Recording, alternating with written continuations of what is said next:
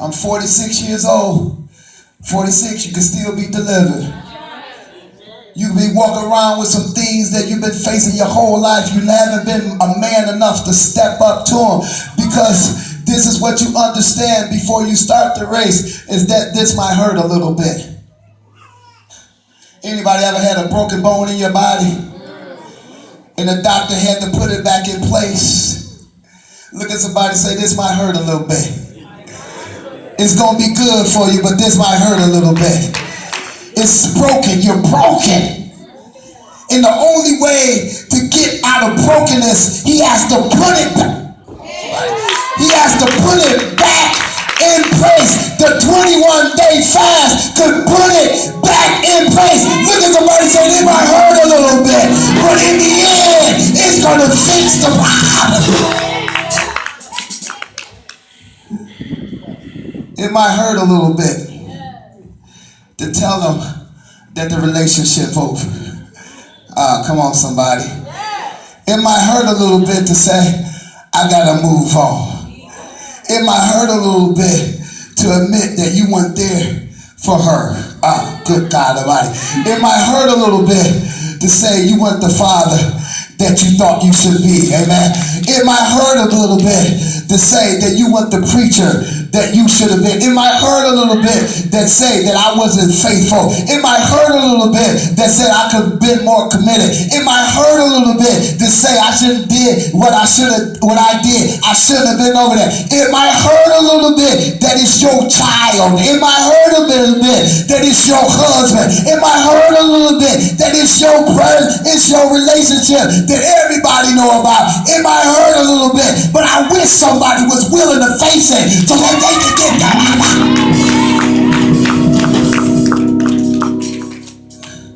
Don't go, Paul. There's some things down there. Don't go. There's going to be some tears. Don't go. Don't go. That's what the Antichrist is saying. He don't want you to deal with it. Sometimes in church we just don't deal with things.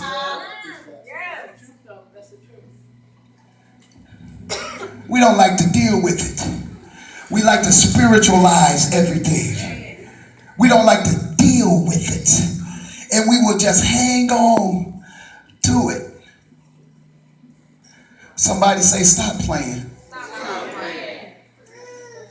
If you really want to get right, deal with it. If you really want to get delivered, go. If you really want to get a breakthrough, go. Deal with it. Bring it up.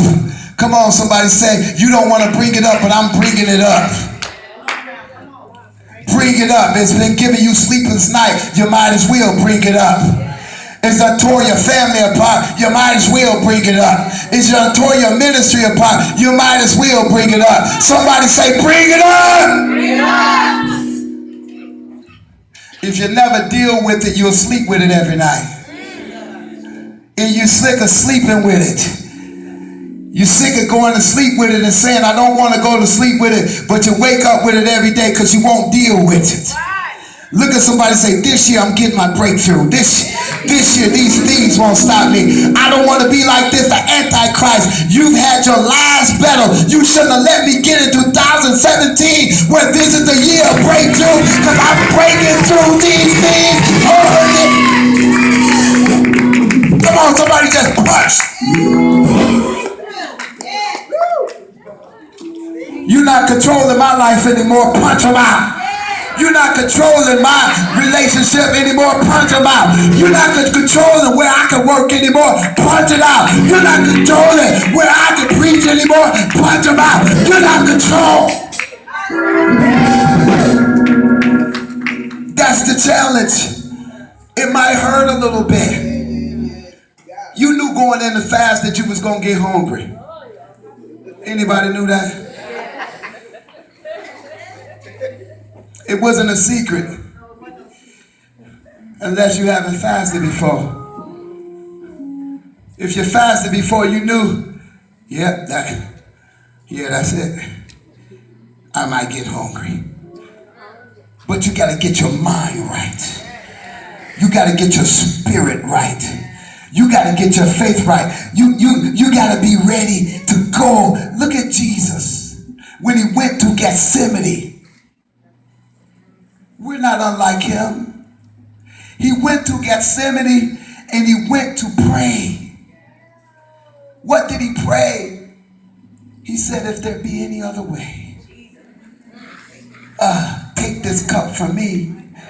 If there be any other way. First day of the fast, somebody said it. If there be any other way. Isn't there another way? Why do we have to do this? Isn't there another way? Instead of fasting, I'll just pray longer. Instead of fasting, I'll just go to church one more day a week. Instead of fasting, I'll do something else. I'll sing longer. Instead of fasting, I'll do this. But this is the way that God has called for this hour. He said, if there's any other way, Jesus was hurting just like you're hurting. You don't want to face it in your flesh. You don't want to deal with it in your flesh. You don't want to deal with these things in your flesh. But he said, nevertheless. How do you get to the point where you say nevertheless? I'll tell you the signs of a breakthrough. A sign of a breakthrough is this. This is a sign of a breakthrough. When you went to Gethsemane to pray, and you took some friends there and some supporters there, and you supported them all through their life and all through their ministry, and you supported them and you expected them to support you, and you went back and you were thinking that they were praying with you and they're sleeping. This is a sign of breakthrough, and you just went back and went to pray. That's a breakthrough. You ain't worried about everybody else and what everybody else is doing. When you get through a breakthrough, nothing else moves you.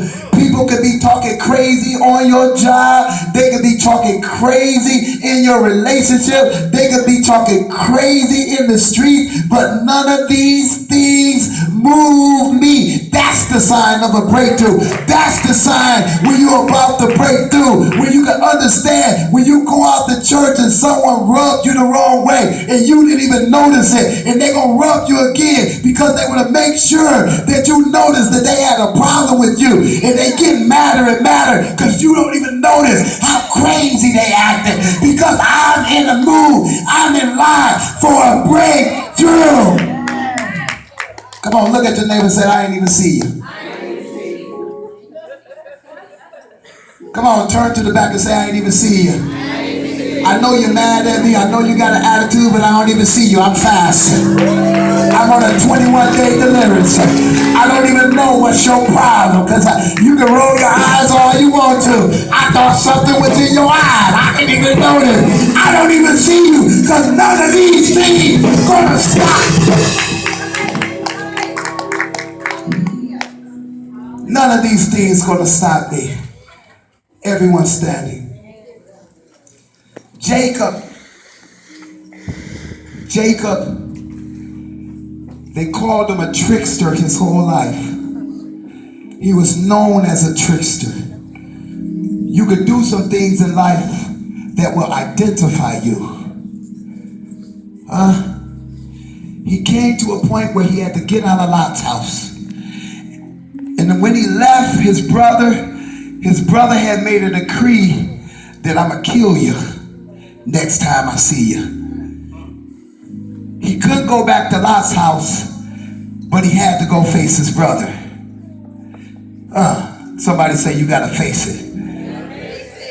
What he did was he put part of the family on one side and part of the family on another side, and then he got by himself.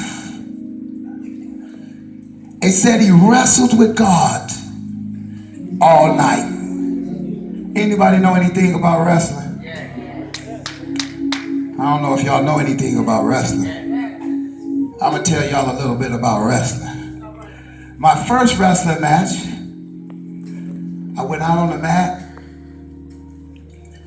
wrestled, first period, 2 minutes.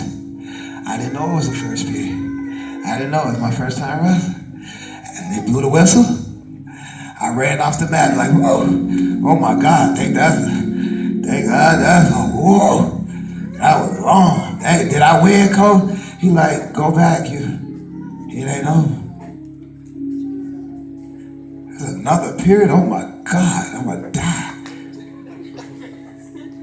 Went back in for the second period. 2-minute period. Whoa, I thought it was over. Who won, coach? I'm running off the mat. Go back, Tyrone. You gotta know. I'm like, no, this ain't right. Somebody gonna die out here. 6 minutes, I found out. College wrestling, the first period is 3 minutes. The second 2 period is 2 minutes. 7 total minutes.